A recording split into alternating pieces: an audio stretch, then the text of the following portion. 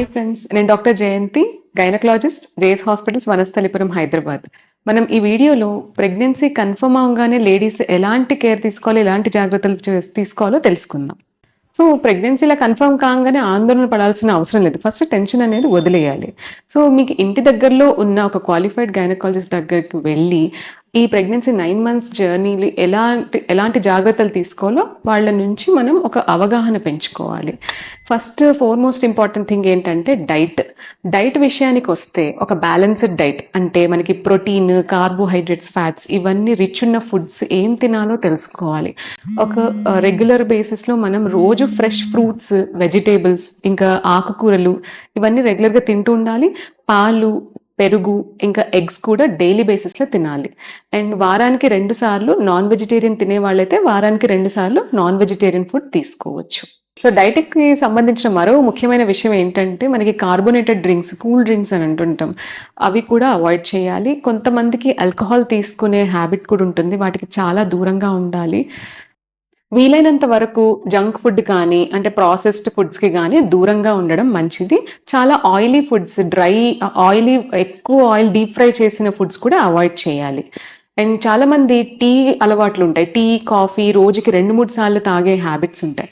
So ఈ caffeine related కానీ వీటి వల్ల ఏంటంటే బేబీకి బ్లడ్ సప్లై కానీ మదర్ కూడా ఎక్కువ ఆందోళన, టెన్షన్గా గురే ఛాన్సెస్ ఉంటాయి. So most of the time tea and coffee avoid చేయడం చేయాలి. అండ్ కొంతమందికి చాక్లెట్స్ తినే హ్యాబిట్ ఉంటుంది. చాక్లెట్స్ జోలికి కానీ, స్వీట్స్ జోలికి కానీ ప్రెగ్నెన్సీ టైంలో వెళ్ళకూడదు. నెక్స్ట్ విషయానికి వస్తే హైడ్రేషన్ అనమాట.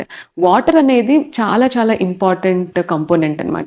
సో ఈ వాటర్ అనేది 2 నుంచి ఒక 2.5 లీటర్స్, వీలైతే 3 లీటర్స్ కూడా డైలీ తాగమని చెప్తూ ఉంటాము.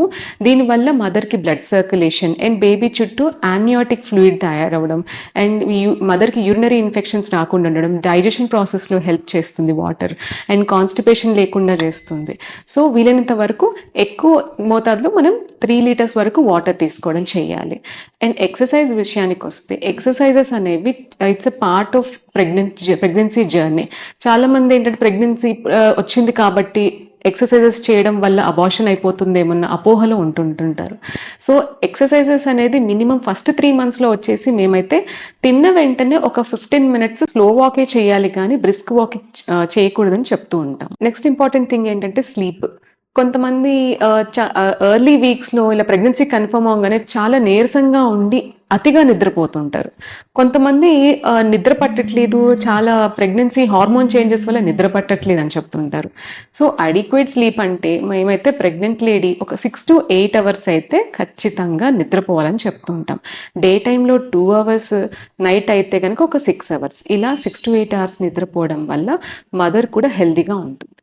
సో ప్రెగ్నెంట్ లేడీస్ ఇంకొక జాగ్రత్త ఏంటంటే పాటించవలసింది, ఎక్కువ బరువులు ఎత్తకూడదు అండ్ ట్రావెలింగ్ ఊరికే ఫ్రీక్వెంట్గా చేయకూడదు. దీనివల్ల మనకి అబార్షన్స్ అయ్యే ఛాన్సెస్ ఎక్కువ ఉంటాయి. ప్రెగ్నెన్సీలో ఏంటంటే ఇప్పటి వరకు ఉన్న లైఫ్ వేరు, ప్రెగ్నెన్సీలో ఇంకా మనకి ఇమ్యూనిటీ పవర్ తగ్గుతుంది కాబట్టి ప్రెగ్నెంట్ లేడీస్ కొంచెం హైజీన్ అనేది మెయింటైన్ చేయాలి. ప్రాపర్గా ఏది తిన్నారన్నా కూడా హ్యాండ్స్ వాష్ చేసుకోవడం, ప్రైవేట్ పార్ట్స్ కూడా చాలా నీట్గా ఉంచుకోవడం, ఇలా చేయడం వల్ల ఏంటంటే మనకి ఫ్యూచర్లో బేబీకి ఏమన్నా ఫ్యూచర్లో ఇన్ఫెక్షన్స్ రాకుండా, డెలివరీ తర్వాత లేకపోతే బేబీ గ్రోత్ మీద ఎఫెక్ట్ అయ్యే కొన్ని ఇన్ఫెక్షన్స్ ఉంటాయి, అవి రాకుండా ఉండడం చేయొచ్చు. సో ఇప్పుడు మనం చెప్పుకున్న జాగ్రత్తలతో పాటుగా డాక్టర్ ప్రిస్క్రిప్షన్ ప్రకారం ఫోలిక్ యాసిడ్ ట్యాబ్లెట్స్ కూడా ఫస్ట్ 3 monthsలో ఎర్లీ స్టేజెస్లో చాలా చాలా ఇంపార్టెంట్ రోల్ ప్లే చేస్తాయి కాబట్టి ఆ ట్యాబ్లెట్స్ మిస్ అవ్వకుండా చూసుకోవాలి. సో ఈ వీడియోలో మనం ప్రెగ్నెన్సీ ఎర్లీ స్టేజెస్లో ఎలాంటి కేర్ తీసుకోవాలో తెలుసుకున్నాం కదా. ఇంకా మీకు ఏమైనా డౌట్స్ ఉంటే కామెంట్ సెక్షన్లో పోస్ట్ చేయండి. యాజ్ సూన్ యాజ్ పాసిబుల్ నేను రెస్పాన్స్ ఇస్తాను. Thank you.